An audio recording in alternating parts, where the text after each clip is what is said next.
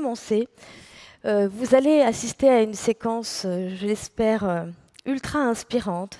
Il est explorateur, il est psychiatre, il est suisse, il a fait le tour du monde dans un avion propulsé à l'énergie solaire. C'est un inventeur de génie et il voit dans l'économie à impact un formidable gisement de croissance et d'emploi. Vous allez, dans un instant, assister à une séquence animée par le président fondateur de la fondation Solar Impulse, Bertrand Piccard. Mais avant de l'applaudir, il a souhaité vous diffuser un petit film et je reviendrai vous voir tout à l'heure. Merci, à tout à l'heure Bertrand Piccard, et à tout à l'heure.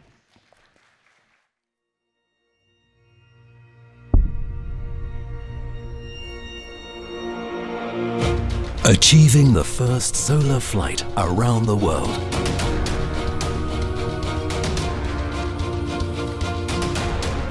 This is the story of two men. Bertrand Piccard, psychiatrist and explorer, and André Borschberg, engineer and entrepreneur. A team driven by a vision of the future and a passion for innovation. And the first airplane of perpetual endurance, able to fly day and night without fuel. Together with their partners, they wanted to show the power of pioneering spirit and clean technologies to bring solutions for a better world. Solar Impulse, the adventure showing that change is possible. It's a bit the moment of truth, because you simulate, you calculate, you imagine, but there is nothing like testing and doing it in real. We deeply believe that we can achieve impossible and incredible things with renewable energies, like flying around the world with no fuel. And if this works, of course, everybody can do it on the ground to make a cleaner world. And this can be your way to be with us in the plane. And this was a scene in Abu Dhabi early this Monday. Dans ce journal également, ultralight plane is powered only by the sun's rays.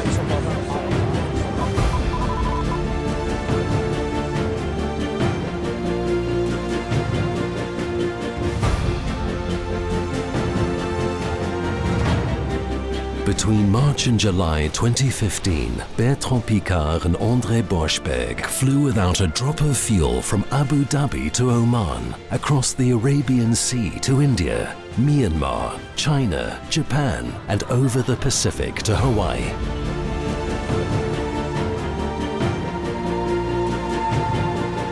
How are you feeling after all that time? You broke a world record in terms of solo flight a few hours ago.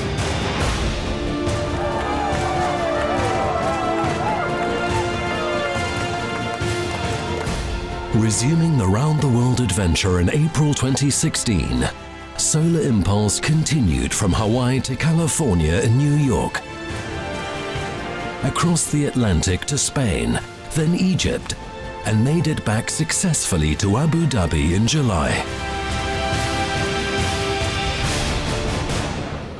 Today the challenge is no longer to conquer the moon. The challenge is to conquer quality of life on Earth.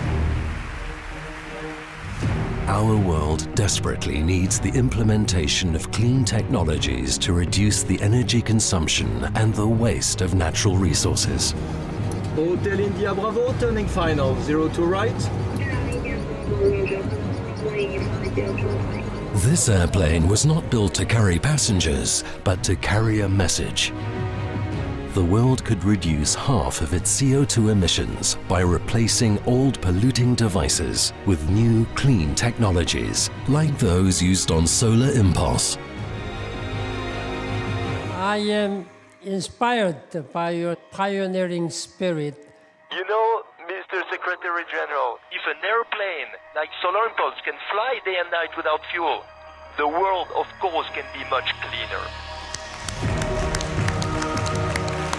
Inspiring generations, promoting innovative solutions to the challenges of humanity, inventing a brighter future.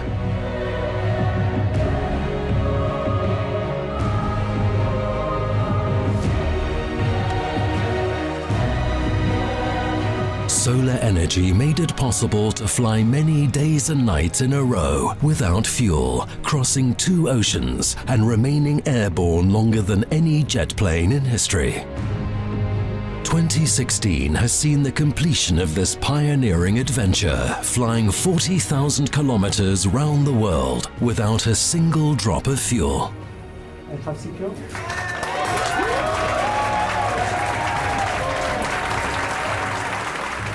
More than an achievement in the history of aviation, Solar Impulse has made an achievement in the history of energy. Let's take it further. Like Solar Impulse, the clean tech revolution has taken off, presenting new ways of thinking and doing to achieve the impossible. And you can be a part of it.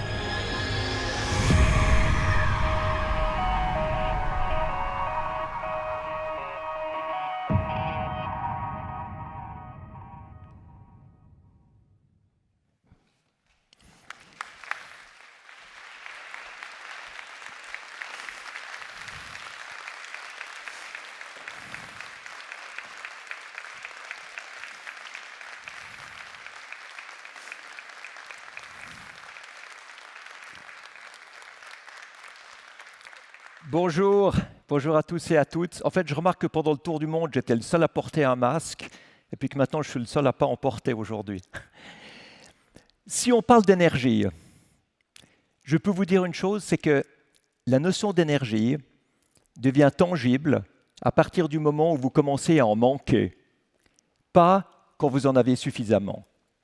Et j'ai pris conscience de ça à la fin de mon tour du monde. Est-ce que je peux avoir, s'il vous plaît, toutes les images qui passent? Merci. À la fin de mon premier tour du monde, qui était celui avec Breitling Orbiter 3, en ballon. C'était 20 jours de vol, 45 000 km et du propane brûlé dans l'enveloppe pour arriver à tenir jour et nuit. À l'atterrissage, sur les 3,5 tonnes de propane liquide du décollage, il restait 40 kilos. Vous voyez là dans la dernière bouteille. Et à ce moment-là, vous comprenez que quand on dit « the sky is the limit », c'est faux. C'est « the fuel is the limit ». La limite, c'est le carburant. Si vous voulez faire plus, si vous voulez faire mieux, il faut vous affranchir du carburant. Et c'est quelque chose qui est fondamental parce que d'habitude, on vit dans notre existence avec des paradigmes, des axiomes, des croyances, des certitudes, des habitudes qui paraissent immuables. On n'y pense même plus. Et aujourd'hui, on vit comme si on avait suffisamment d'énergie jusqu'à l'infini des temps, alors qu'on est en train de consommer la plupart des ressources naturelles de la planète en quelques décennies. Quand j'ai pris conscience que finalement tout notre tour du monde aurait pu échouer simplement parce qu'on était à la limite des réserves de carburant, je me suis dit qu'il fallait casser ce paradigme et entrer dans une autre logique. Et ça, c'est le rêve de Solar Impulse. Le rêve de Solar Impulse, c'est d'être capable de voler sans limite, sans carburant, sans pollution. C'est-à-dire d'avoir un avion qui a des ailes suffisamment grandes pour pouvoir capter l'énergie du soleil, faire tourner 4 moteurs électriques, en plus de ça, stocker l'énergie dans des batteries pour voler la nuit et casser un autre paradigme qui dit que l'énergie solaire est intermittente et qu'on ne peut pas l'utiliser la nuit. Eh bien non, on peut très bien. Alors, je suis arrivé avec cette image d'artiste dans les bureaux des grands constructeurs aéronautiques. Alors, disant, écoutez, j'ai des partenaires financiers qui me permettent de lancer ce projet. Ce qu'il me faut, c'est quelqu'un qui me construise l'avion. Et là, ils m'ont regardé, ils m'ont dit, écoutez, il faut 1 minute ou 2 minutes maximum pour calculer que vous n'aurez jamais assez d'énergie avec le soleil pour faire voler votre avion. Donc, ça ne nous intéresse pas. Et ça, c'est tellement emblématique de notre monde. On réfléchit en termes de production. S'il n'y a pas assez, on veut plus. Mais jamais on imagine l'efficience énergétique pour consommer moins. Donc c'est clair qu'en 2 minutes, on savait que le soleil ne donnerait pas assez d'énergie pour faire voler un avion jour et nuit. Mais pendant les années suivantes, toute l'équipe a travaillé à Solar Impulse pour construire un avion ou pour concevoir un avion qui consommerait tellement peu d'énergie qu'il pourrait se contenter de ce que le soleil lui donnerait. Et pour ça, il fallait une envergure de 72 mètres, il fallait un poids semblable à celui d'une voiture familiale, et la puissance nécessaire pour arriver à faire le tour du monde, ça pouvait être celle d'un scooter. Donc à partir de là, vous voyez que Solar Impulse, c'est un projet d'efficience énergétique, d'économie de ressources. Mais comme personne dans le monde de l'aviation n'a accepté de le construire parce qu'il pensait que c'était impossible, nous nous sommes tournés vers un domaine de l'industrie qui ne savait pas que c'était impossible. C'était un chantier naval. Et quand je dis qu'ils ne savaient pas que c'était impossible et que c'est pour ça qu'ils ont accepté de le faire, ce n'est pas une plaisanterie. C'est que quand vous ne savez pas que quelque chose est impossible, vous n'avez pas de filtre. Vous n'allez pas chercher toutes les raisons de renforcer ce que vous croyez déjà. Vous êtes simplement ouvert et vous chercherez des solutions. Alors c'est intéressant parce que ce chantier naval a commencé à dire, écoutez, nous on peut vous faire votre avion aussi léger que vous voulez, mais on ne peut pas travailler avec vos ingénieurs qui ne savent pas utiliser la fibre de carbone. Et puis nos ingénieurs ont commencé par dire, vous n'allez quand même pas travailler avec un chantier naval qui n'a aucune idée comment construire un avion. Et c'était intéressant parce qu'il a fallu assez longtemps pour construire cette équation où 1 plus 1 devient 3. C'est-à-dire l'expérience de l'un plus l'expérience de l'autre donne une troisième expérience. Et cette troisième expérience-là, elle a permis de construire l'avion le plus léger et le plus efficient jamais construit. Proportionnellement, la structure de Solar Impulse était 10 fois plus légère que celle de n'importe quel planeur de compétition. Pour le financement, c'était exactement la même chose. Et la psychologie des investisseurs est extrêmement intéressante. Moi, je pensais qu'à défaut de construire cet avion, au moins l'industrie aéronautique serait intéressée à la financer. Et si pas l'industrie aéronautique, au moins les grands industriels de l'énergie. Mais absolument pas. Ça ne les a en aucune façon intéressés. Donc, qui c'est qui a financé ce projet? C'est l'industrie chimique, engineering, ascenseurs, horlogerie, télécommunications, même Google, Champagne. Bon, Champagne, j'avoue que c'était plus pour l'équipe que pour l'avion. Mais toujours est-il qu'au début, moi, j'étais un peu déçu de ne pas réussir à intéresser qui que ce soit dans le monde spécialisé dans lequel je travaillais. Jusqu'au moment où je me suis rappelé que ce n'étaient jamais les vendeurs de bougies qui avaient inventé l'ampoule électrique. C'est toujours des gens complètement différents. Et on voit très bien aujourd'hui, c'est reproduit la même chose avec la voiture électrique. La première voiture électrique qui a eu du succès n'a pas été construite par un fabricant automobile. Elle a été construite par un milliardaire d'Internet qui n'avait aucune idée comment faire une voiture. Il a pris ce qu'il connaissait, c'est l'écran d'ordinateur, et il a construit la Tesla autour de l'écran. Et aujourd'hui, comme il a pris des parts de marché importantes, eh bien, il a réveillé l'industrie automobile qui tout à coup se dit il faut aussi qu'on essaye de prendre une part de ce marché-là. Donc on se retrouve dans une situation où on voit que l'innovation vient régulièrement de l'extérieur du système. En fait, l'innovation, ce n'est pas quand un spécialiste a une nouvelle idée.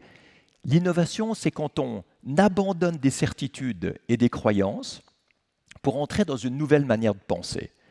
Et c'est ça qu'il faut essayer de faire quand on parle d'un monde positif, quand on parle d'une amélioration pour l'humanité, de lutte contre les changements climatiques, de nouvelles technologies, d'énergie renouvelable, etc.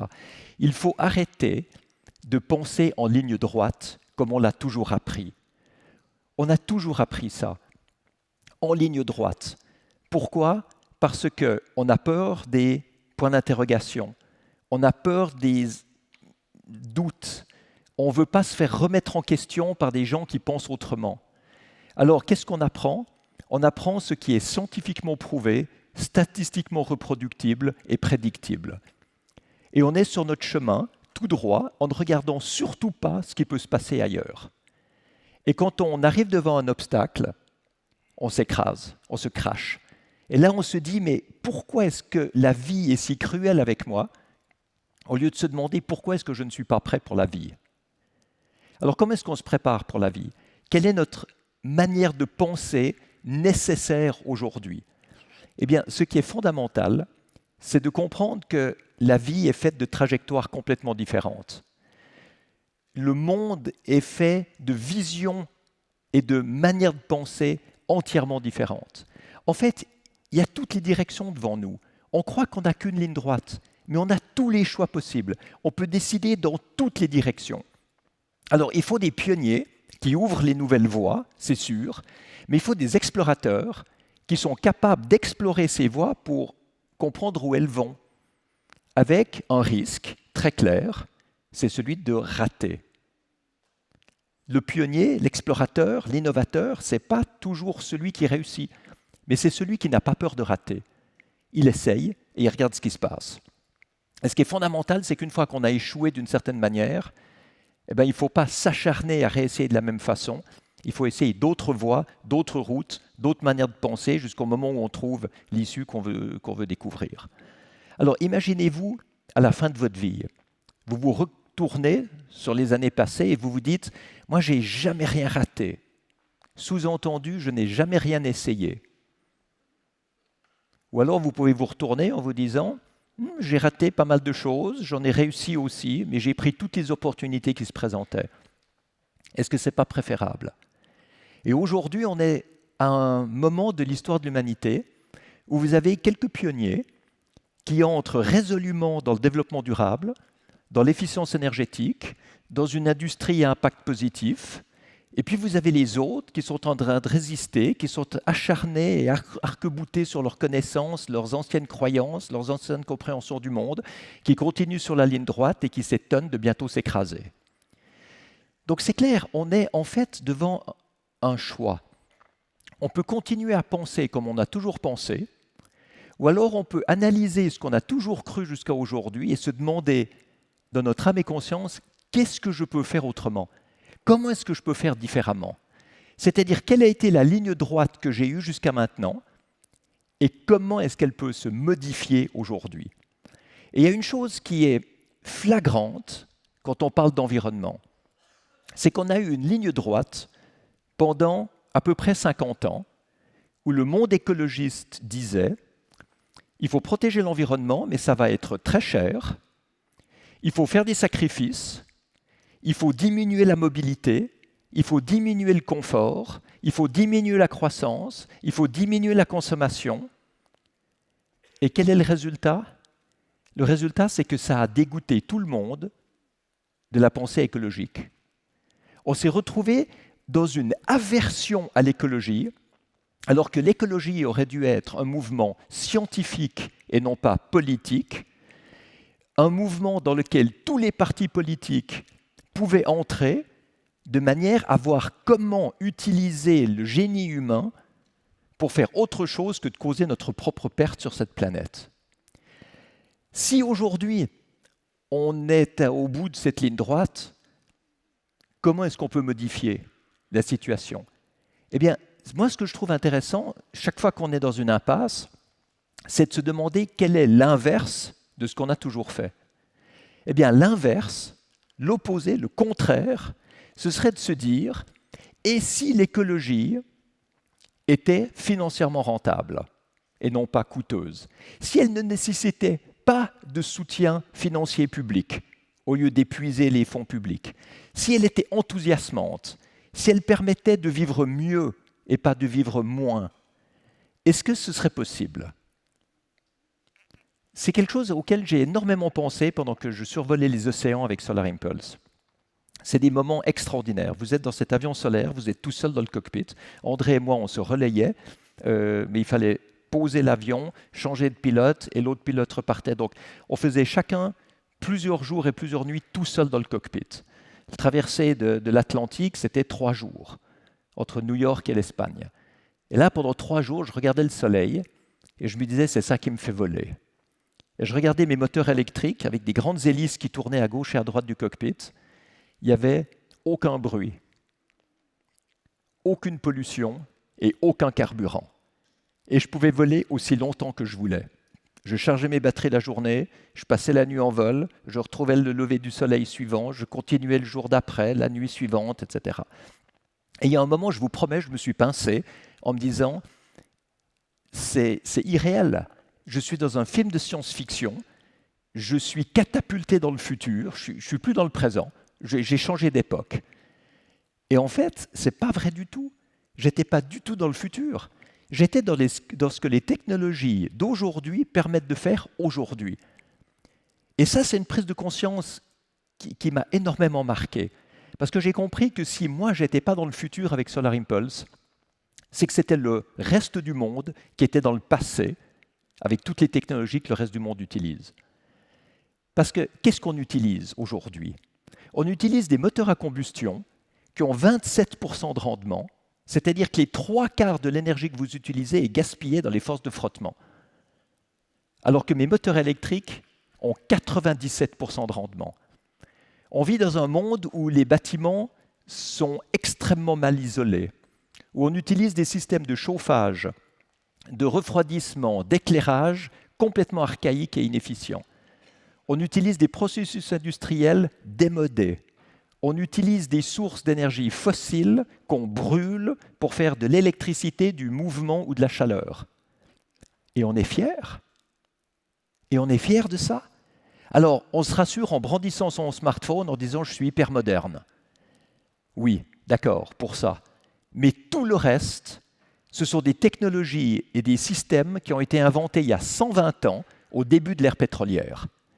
Alors, quand on parle de protection de l'environnement, il faut se rendre compte d'une chose. Ce n'est pas simplement parce qu'on a un haut niveau de vie qu'on pollue la planète, c'est parce que la manière d'utiliser aujourd'hui l'énergie et les différents systèmes technologiques est totalement démodée. Ça marchait quand il y avait 1 ou 2 milliards d'individus sur la planète, mais pas quand il y en a 8. Simplement parce qu'il n'y a plus assez d'énergie, plus assez de matières premières, plus assez de ressources pour pouvoir fonctionner avec un gaspillage pareil. Alors on nous dit, il faut décroître. Il faut arriver dans la décroissance parce que notre croissance illimitée nous mène au chaos environnemental. Alors c'est vrai, ça nous mène au chaos environnemental. Mais la décroissance, et on l'a vu pendant la crise du Covid, pendant ces quelques mois de lockdown, de confinement, ça nous amène au chaos social. C'est des millions de personnes sans emploi et ce sont des dizaines de milliers d'entreprises qui font faillite. Alors, quand on parle de décroissance, il faut faire quoi comme décroissance? Il ne faut surtout pas entrer dans une décroissance économique comme on croit naïvement que ça va marcher.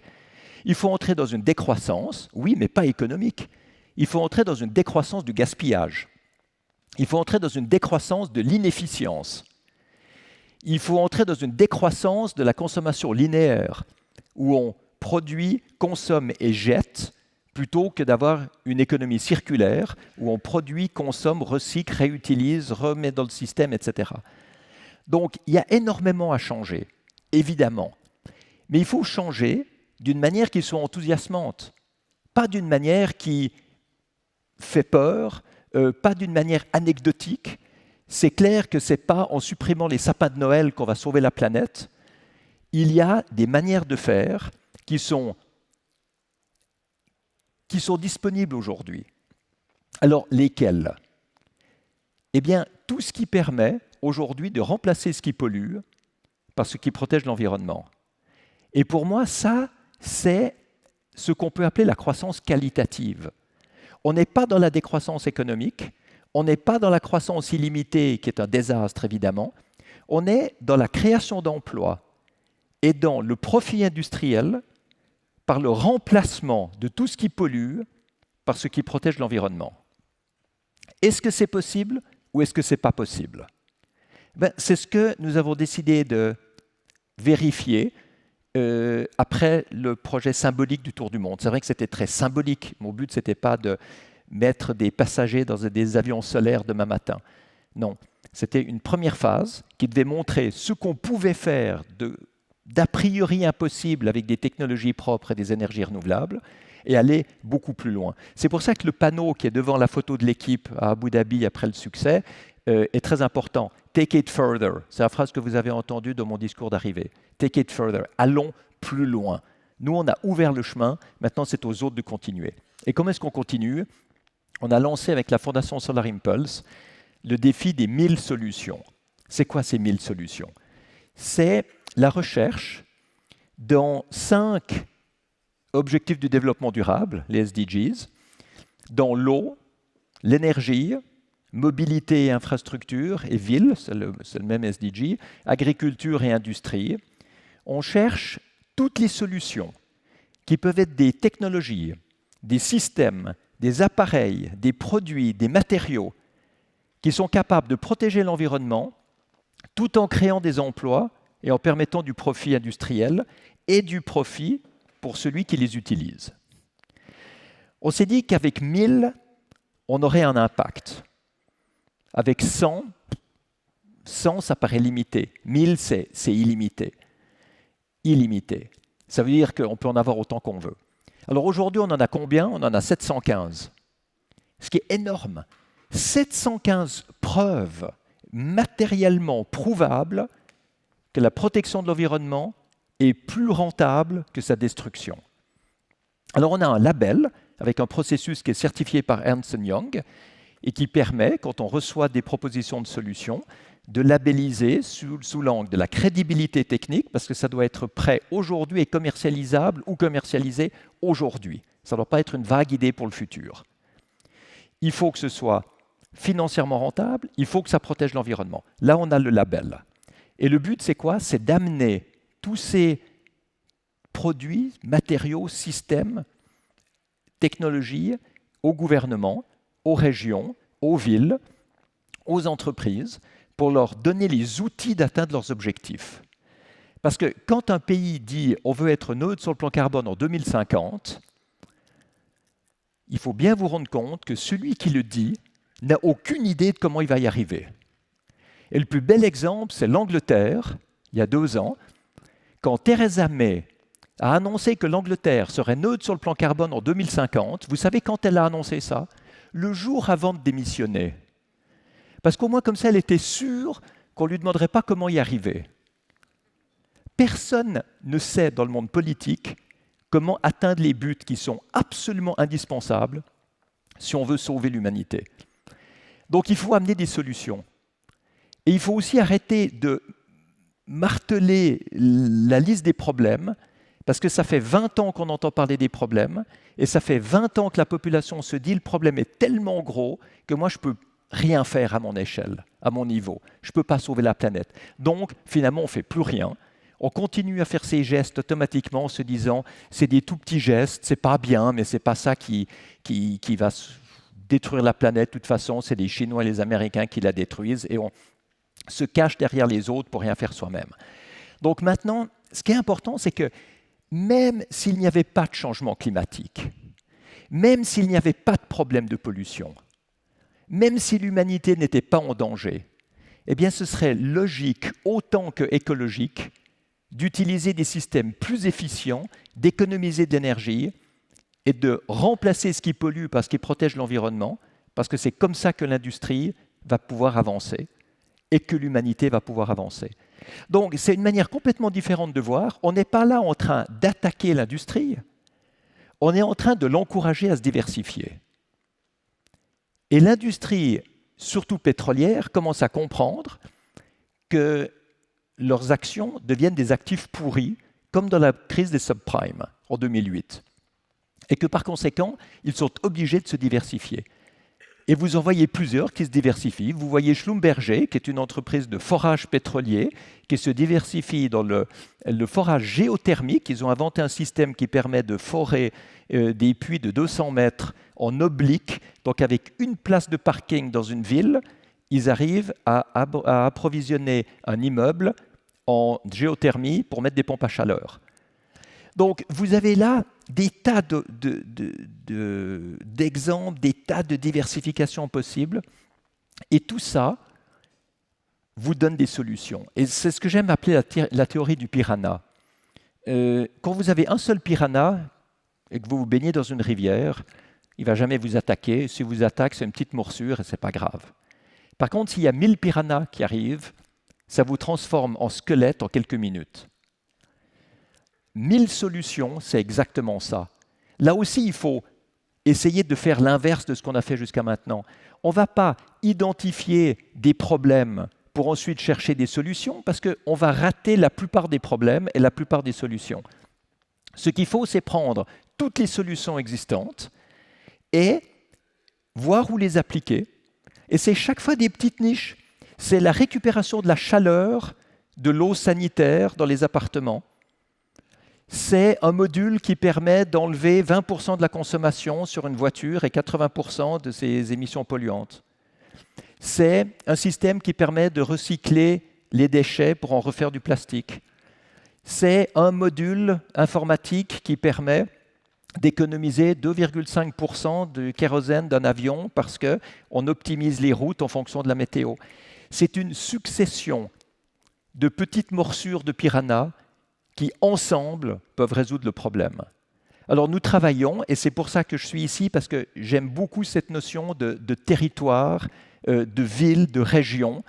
Et nous travaillons déjà avec plusieurs régions, région Île-de-France, Grand Est. On a parlé hier de créer un partenariat avec la région Normandie.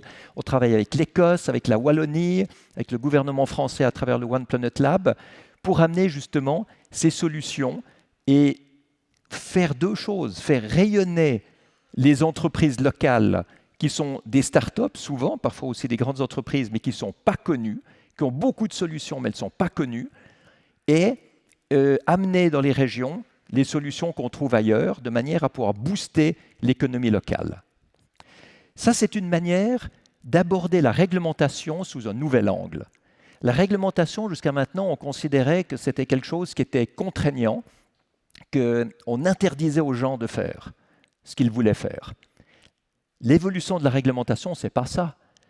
L'évolution de la réglementation, c'est de se baser sur les technologies et les solutions qui existent aujourd'hui, de manière à moderniser la réglementation, de manière à autoriser des choses qui aujourd'hui sont interdites.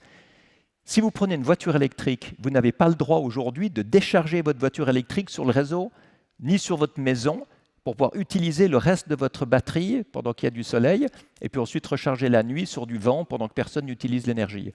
C'est interdit. Donc la modernisation de la réglementation, c'est aussi d'autoriser des nouvelles choses.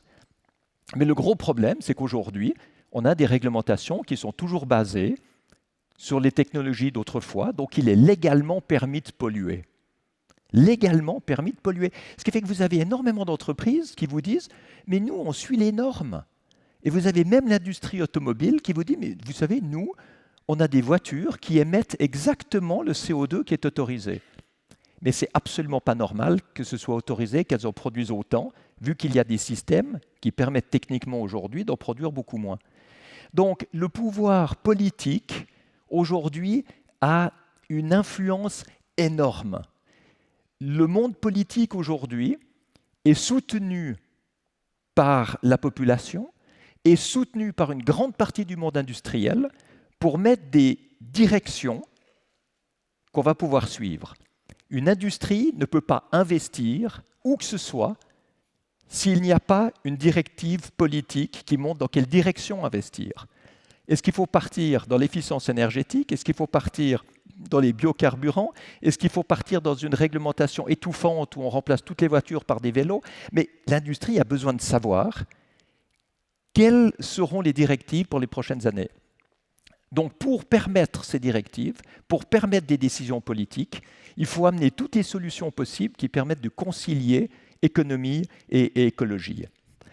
Donc voilà pourquoi, et c'est la dernière image que j'ai envie de vous montrer, c'est la photo que j'ai prise à la fin de mon tour du monde en ballon avec Breitling Orbiter 3. C'est un hublot de la capsule qui est givré par l'humidité de la nuit, et de l'autre côté, vous avez un lever de soleil. Mais vous ne verrez jamais le lever de soleil si vous ne prenez pas le risque de traverser la glace. Alors il y a beaucoup de gens dans la vie, quand ils ont de la glace, quand ils ont des problèmes, ils préfèrent souffrir dans les problèmes qu'ils connaissent plutôt que de prendre le risque d'avancer pour trouver d'autres solutions. Et puis vous avez ceux qui, quand il y a de la glace, quand il y a des problèmes, se disent c'est le moment de changer d'altitude et de changer de direction. On a envie de quoi? On a envie de souffrir dans ce qu'on connaît ou on a envie d'être des pionniers? J'espère vivement que vous avez envie d'être des pionniers, parce que c'est de ça que le monde a besoin. Je vous remercie et je vous souhaite bonne chance.